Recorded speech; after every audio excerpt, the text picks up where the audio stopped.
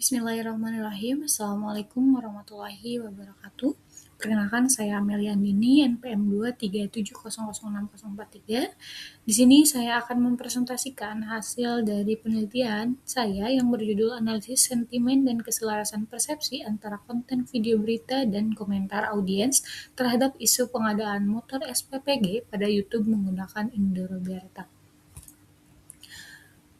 Masuk ke dalam latar belakang, penelitian ini dilatar belakangi oleh perkembangan media sosial yang membuat YouTube tidak hanya digunakan sebagai media hiburan saja, tetapi juga bisa digunakan sebagai media penyebaran informasi dan opini publik. Nah, dengan melalui fitur komentar, audiens bisa memberikan respon secara langsung terhadap isi video yang ditonton. Namun, dalam beberapa kasus, respon audiens tidak selalu selaras dengan isi video yang diberikan. Nah, perbedaan antara isi konten dan juga respon audiens ini disebut sebagai perception gap atau kesenjangan persepsi, di mana pada penelitian sebelumnya umumnya hanya berfokus pada analisis sentimen saja, analisis sentimen komentar saja tanpa membandingkan hubungan antara isi video dan komentar audiens. Oleh karena itu, pada penelitian ini dilakukan analisis sentimen sekaligus pengukuran keselarasan persepsi antara video dan komentar audiens menggunakan model Indoroberta. Nah, pada bagian ini ditampilkan beberapa penelitian sebelumnya yang menjadi referensi utama pada penelitian ini. Yang pertama, penelitian oleh Tiara Marwia. Dia menggunakan Indobird untuk analisis sentimen komentar YouTube. Namun, penelitian ini masih berfokus pada komentar saja. Nah, kemudian pada penelitian El Azozi, dia menggunakan model transformer seperti Roberta, GPT, dan T5 untuk klasifikasi sentimennya. Nah, selanjutnya terdapat penelitian yang dilakukan oleh Jahim dan kawan-kawan yang menggunakan pendekatan hybrid prabisa berbasis transformer dan RNN.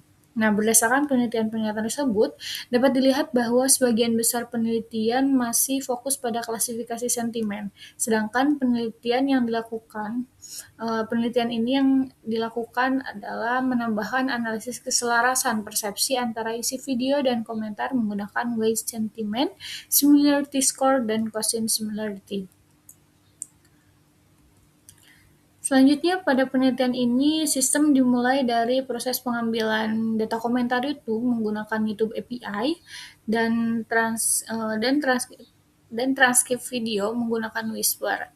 Nah, setelah data diperoleh, kemudian kita melakukan tahap pre-processing seperti cleaning teks, normalisasi teks untuk mengurangi noise pada data.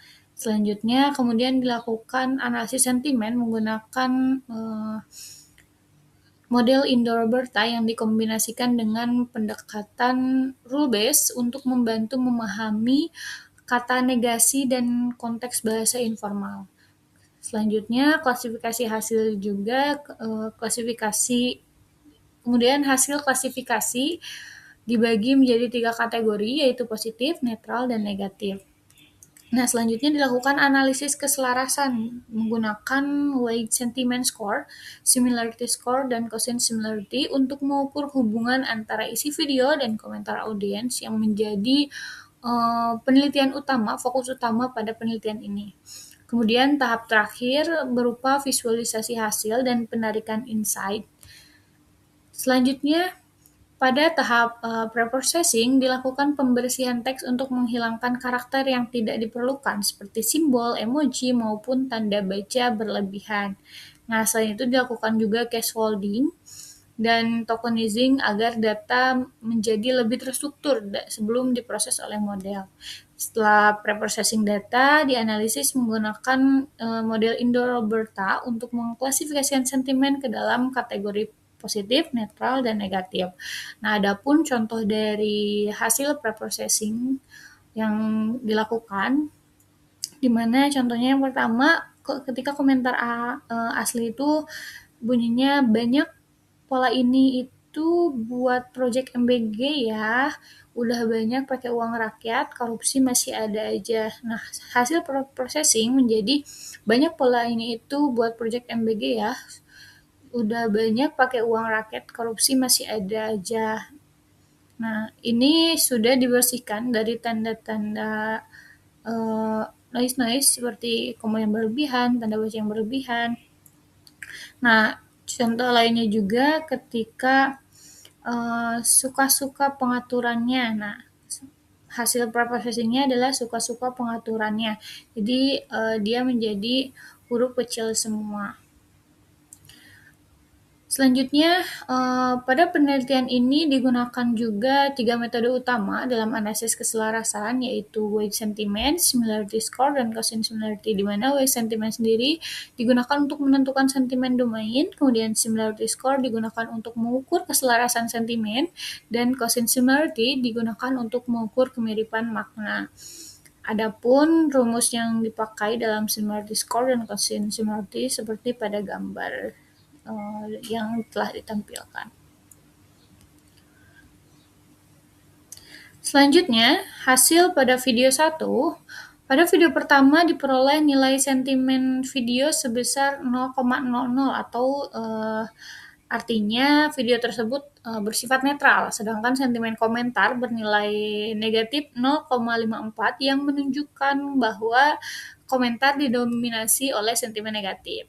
Kemudian nilai similarity-nya sendiri sebesar 0,50 yang menunjukkan tingkat keselarasan yang sedang, sedangkan quotient similarity sebesar 0,34 menunjukkan kemiripan makna yang relatif rendah.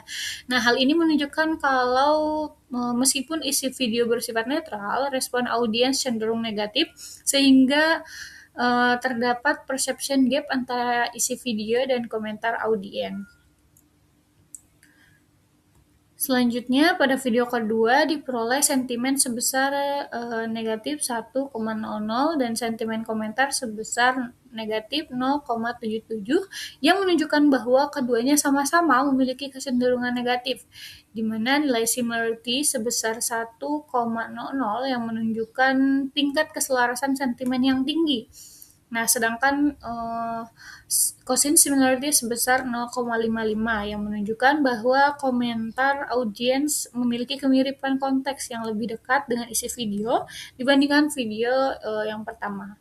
Nah, dari hasil tersebut bisa dilihat bahwa audiens pada video kedua lebih selaras dengan isi video. Masuk ke dalam evaluasi model, pada video pertama dilakukan menggunakan composition metric serta metrik accuracy, precision, recall, dan F1 score.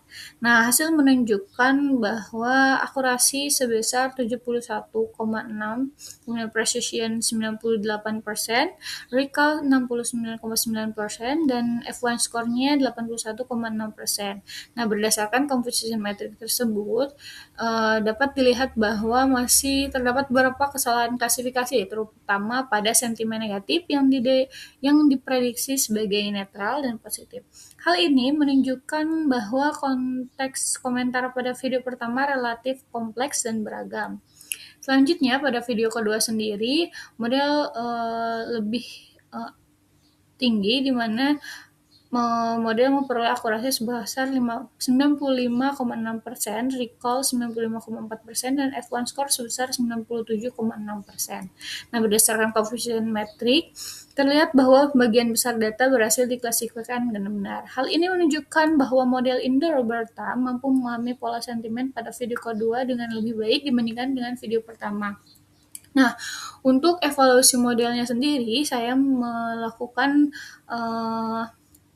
labeling manual dengan sampel data dari tiap-tiap video. Jadi tidak menggunakan keseluruhan sampel, tidak menggunakan keseluruhan data komentar pada video tersebut. Nah, kesimpulan yang bisa diambil di mana Model Indo-Roberta mampu melakukan klasifikasi sentimen dengan cukup baik pada komentar YouTube. Selain itu, analisis keselarasan bisa digunakan untuk melihat hubungan antara isi video dan respon audiens. Nah, pada video pertama ditemukan ada perbedaan persepsi antara video, sedangkan yang kedua videonya lebih selaras dengan respon audiens. Dengan demikian, penelitian ini tidak hanya melakukan analisis sentimen saja, tetapi memberikan insight mengenai bagaimana informasi diterima oleh masyarakat di media sosial. Sekian, terima kasih. Wassalamualaikum warahmatullahi wabarakatuh.